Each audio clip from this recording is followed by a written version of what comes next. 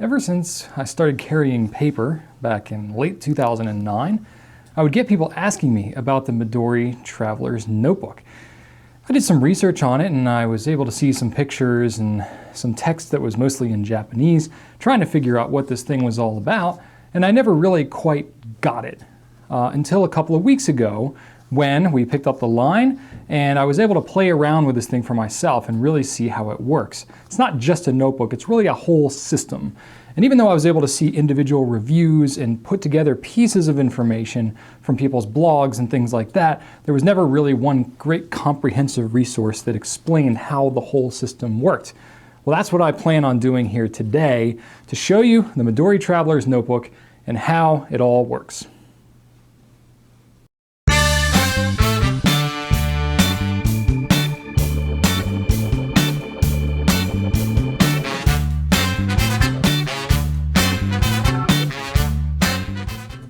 Hey, it's Brian Goulet of the Goulet Pen Company and Ink Nouveau. I've talked a lot about European papers before. I've covered Leuchtturm and Rhodia, Clairefontaine, G. Lalo, things like that, but I've never really dealt much with Japanese paper. I have Midori here.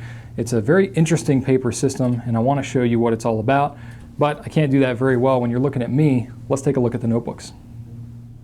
These are the Midori Traveler's Notebooks. There's two different sizes of them. There's what they call the regular size, which is this larger one, and the passport size, which is the smaller one. I'll show you how they're packaged first, and then I'll get all into dimensions and stuff. I'm going to focus on the smaller one, because that's the one that I'm personally going to keep for myself. Here it is. It comes in this plastic sleeve, which you pull it out of. Then it's in yet another plastic sleeve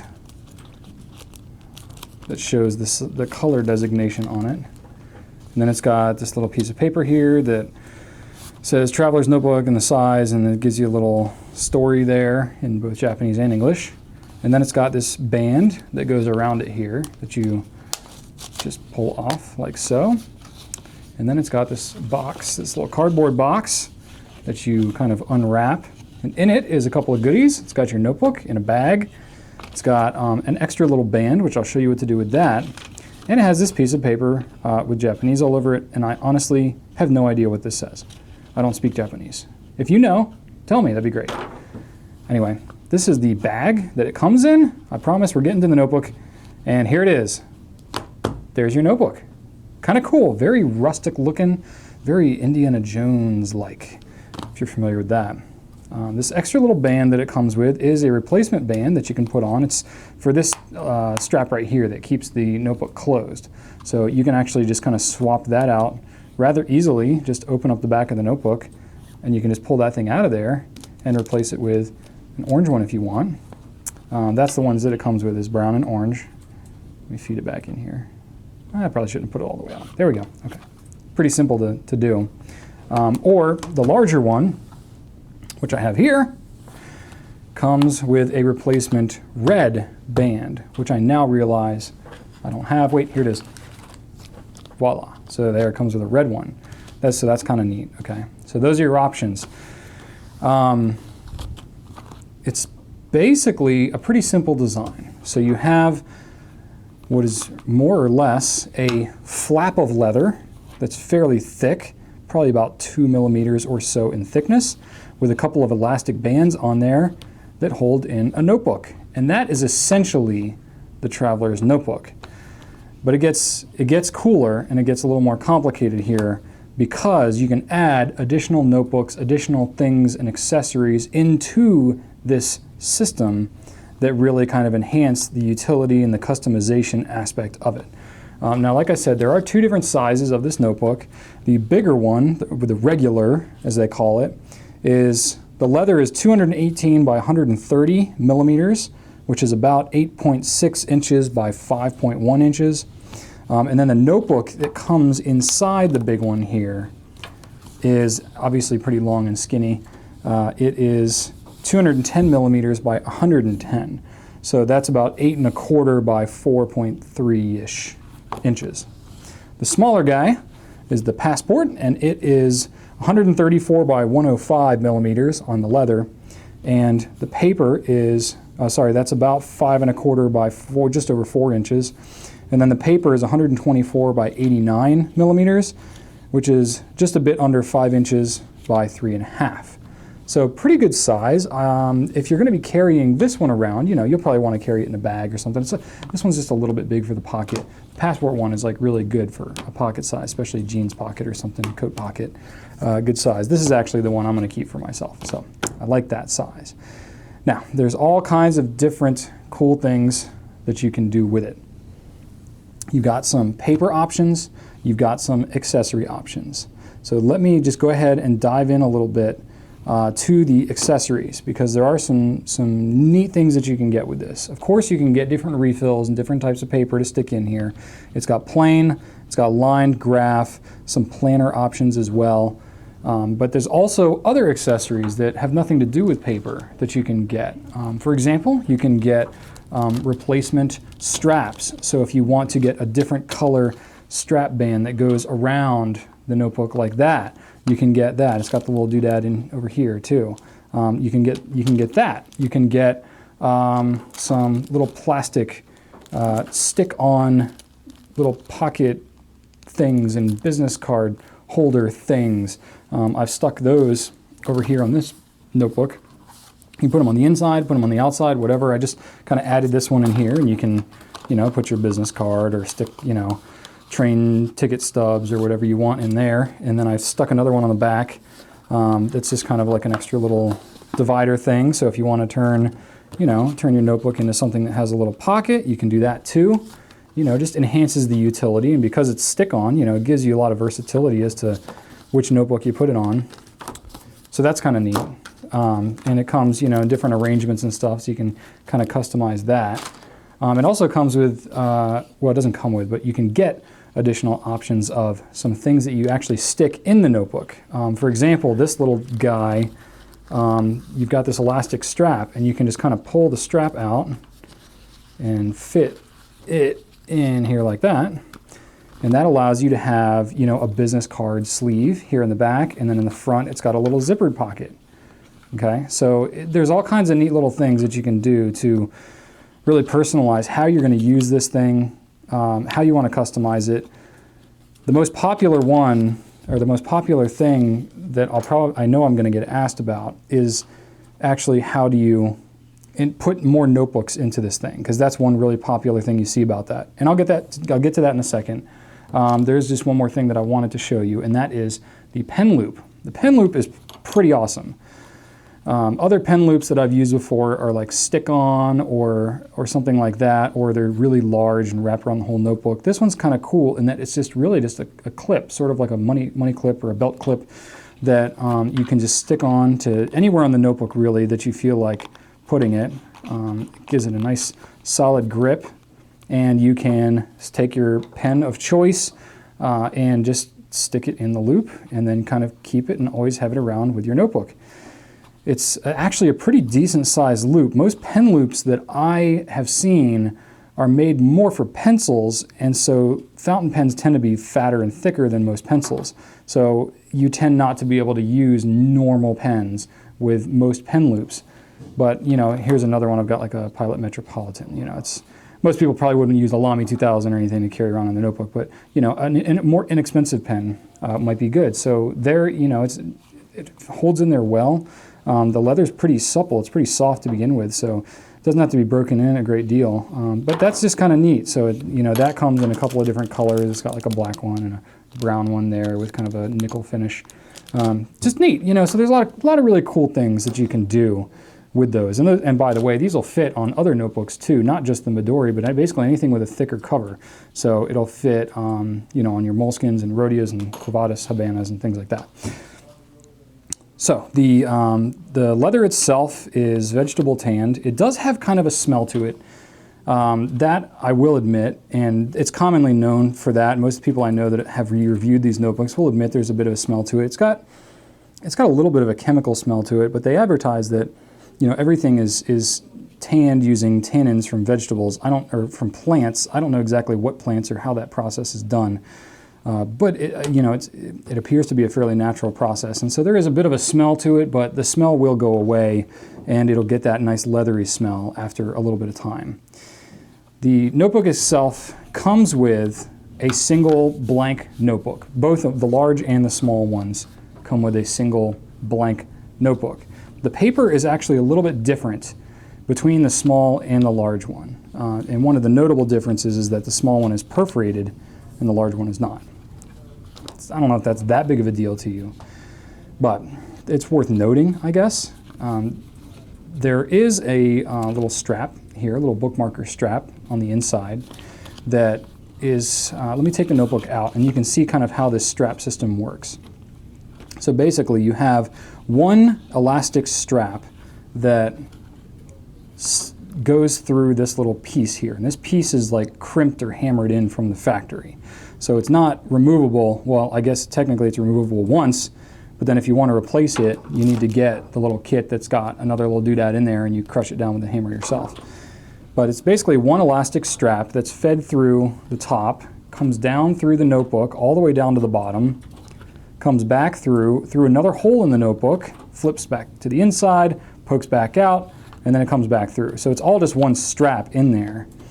But you can't remove the strap without cutting that elastic. I mean, you can remove it kind of at the top and the bottom because it's really just kind of cut in there.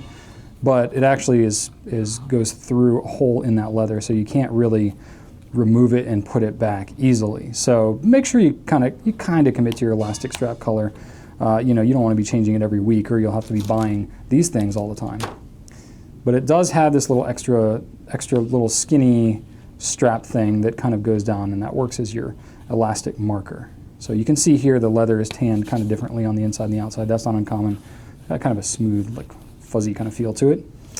But you can easily swap these out for different types, different styles and things like that. If you're using a single notebook, it's very simple. It's very straightforward. If you're using more than just a single notebook, then you have to use these elastic bands, okay? Or really any kind of band tie enclosure that you want to use, but Midori sells bands that are made for the size of the notebook. And this is both for the small and the large. They have the bands in both sizes. And you can even get the band, the bands come in black and brown, so you can kind of match the overall color of the notebook. So let me show you how the bands work, because I know I'm going to get asked this a lot. So let's say, for instance, that I want to take this nice, pretty blank one. Sometimes I like to have blank paper, and that's great. But let's say I also want to have a planner. I need to plan things. I got a lot going on in my life. So I'm going to get this one, which is kind of a weekly planner made for the small size. I want to put them both in here. Well, the way that you do that, okay, pay attention, is you open up the notebook so that it's basically where the staples are. So it's halfway through, and that's where your elastic strap is going to be. And you can either add this one behind that or in front of it, whatever your preference is. I kind of prefer behind. Okay, and you're going to open that one to the middle as well. This one just happens to be stitched. Okay, so I've got it opened to both parts there, and then I take my elastic rubber band and I just go in between the two and put the rubber band all the way down so that it's down in between both of those notebooks, and voila. That's what it looks like. You can see my rubber band is holding the two together, and I have both notebooks pretty securely held inside here. Okay, so that's pretty simple, and it's still, I can use my bookmarker on either one. The strap still closes well, and actually the thicker this thing gets, the more firm it feels and the more meaty it feels. I really kind of like that. It's not going to be really precision here the way that comes out. One notebook may stick out a little further than the other. The cover may be off a little bit from one or the other, but actually that's kind of the appeal, I think, is that, it's got kind of that rustic, hey, I carried around, I beat it up, your paper is going to get kind of worn on the edges, a little dirty, and that's really kind of the neat thing about it. It gives a lot of character, and that's really what they're going for with this. Now, if you want to add a third notebook, you can do that. Here's how. Let's undo what we just did. Okay, so I'm going to take it out. I have my notebook, my single notebook, just as it comes from the factory. Okay, And let's say I want to add a planner like I have here, and I want to add a lined notebook as well. Okay, and this lined one, I just added a little pocket in there too. Why not? So I've got a lined one and a planner. So what I'm going to do is I'm going to take my lined one, I'm going to stick it in front, I'm going to take my planner, and I'm going to stick it behind the other notebook.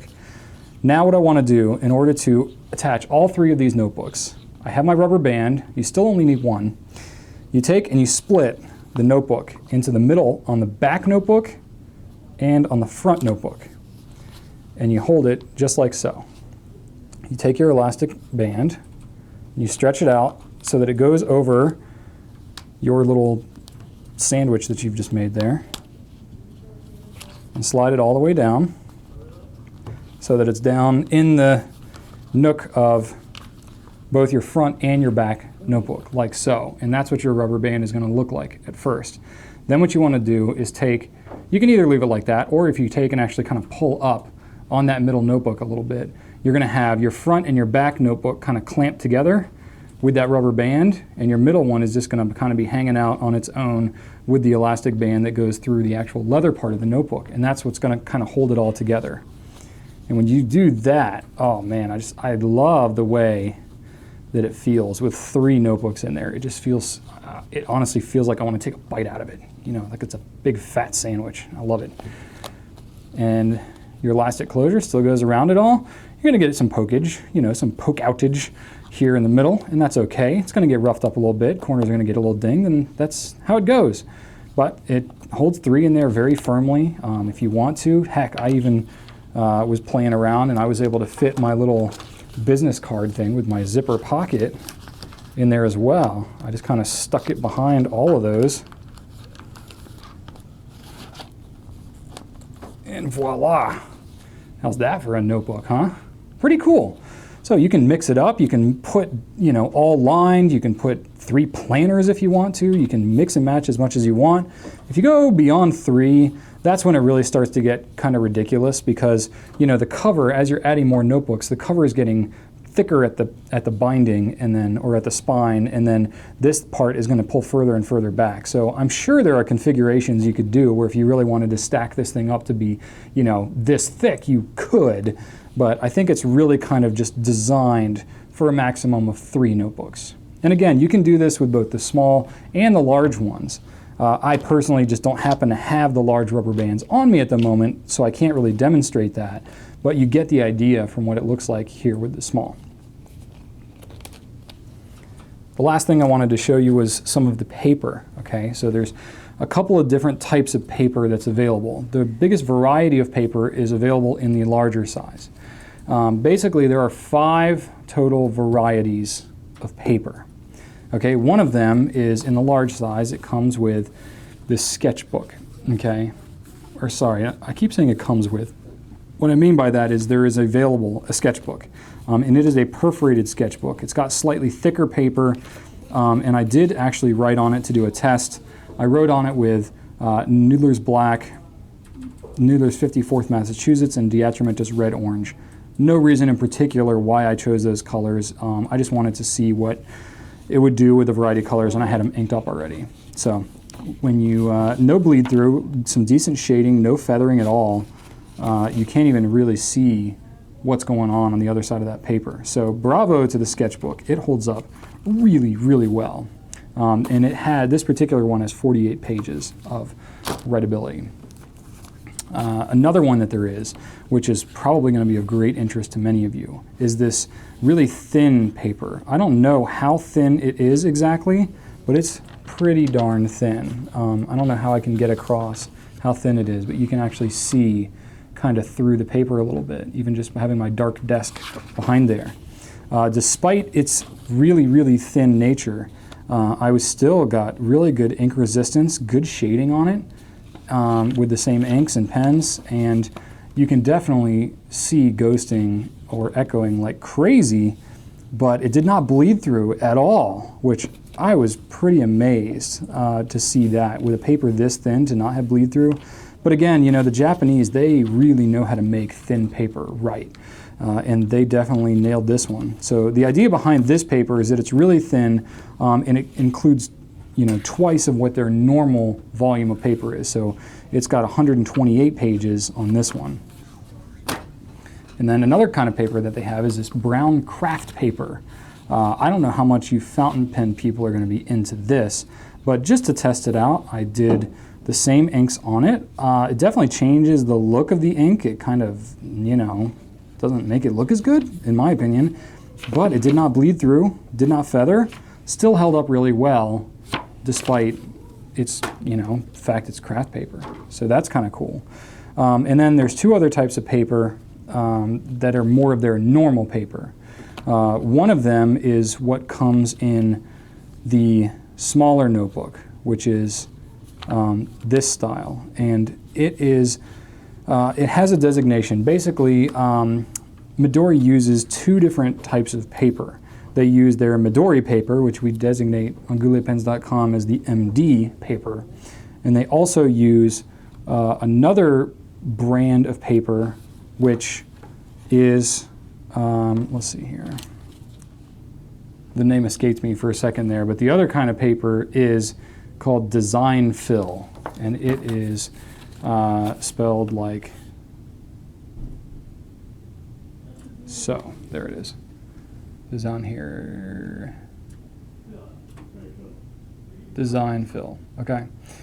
I don't really know the relationship between Midori and Design Fill, but basically the two types of paper I found are both really good, and the differences are very subtle. But the all of the Design Fill paper is perforated. It's not micro perforated. The perforations are more of your normal perforations. Let's see if you can see that. Can you see the perforations in the middle there? So they're fairly typical perforations. As far as how easy they are to tear out, let me find out right now. Let's see what I can do. Usually when I have perforated paper, I like to try to bend it over just because it helps to get it started. So I bent it a little bit. Okay, so it's not too bad. You can see what the perforation looks like there. It's really not too bad to tear out. You know, most of the other paper I've been familiar with that is perforated is micro perforated. The notebook that comes in the regular size one, I should say, is not perforated. It is in a couple of the ones, like the sketchbook that I showed you a second ago. That's perforated. The thin paper is not. The craft paper is not. The planners that they have is not. So all the paper I believe that Midori makes is not perforated, and Design Fills is perforated. I think that's a distinction. But all these, you're going to want to look at all the details on, at least that I have control over. You can look at the details at gouletpens.com or look at Midori's Japanese website. You can get details there too for all of the specifics about all these different notebooks. I don't have any specific paperweights of all these notebooks, and I'm sorry about that, but they're all relatively thin. I would say that the maximum thickness of any of these, with the exception of the sketchbook is probably about 100 gram paper. I would guess that most of the others are a maximum of 80 gram, with the thin paper probably being somewhere around 60 gram, and maybe even less. I'm not sure. But the paper performs really well on all of these, and I will just give you a little demo here of your typical one that you're going to find here. I'll use Noodler's Black.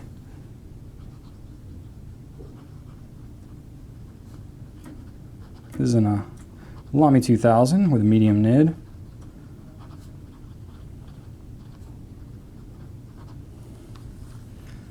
Really good. The dry time is going to be a little bit extended on this paper versus maybe a Moleskine or Leuchtturm or something like that, White Lines, you know, any of these other brands that are a little more absorbent. But if you're used to like the Clairefontaine and Rhodia papers of the world, then you're going to be used to this dry time pretty well. Basically anything that's pretty ink resistant and is really bleed and feather resistant is going to have an extended dry time. So you can see here, it's got a little bit of ghosting, but no bleeding, no feathering at all. So that is very good. And then same thing with the large. it performs very, very similarly. So hopefully this gives you a little bit better idea of what's going on. I know I kind of jumped around, covered a lot of different things, but try to get it all in one shot here. The last thing I wanted to cover with the whole paper thing is that it does come in a graph ruling, which is a 5x5, and the lined ruling that it comes with here is 6.5 millimeter. So there you go. That is the Midori Traveler's Notebook. It's entirely possible that you're going to have questions about Midori after watching this video, and if you do, that's perfectly fine. It is a little confusing, but that's okay, because you can hit me up in the comments and I'm happy to answer any questions that you have. Thanks so much for watching, and right on.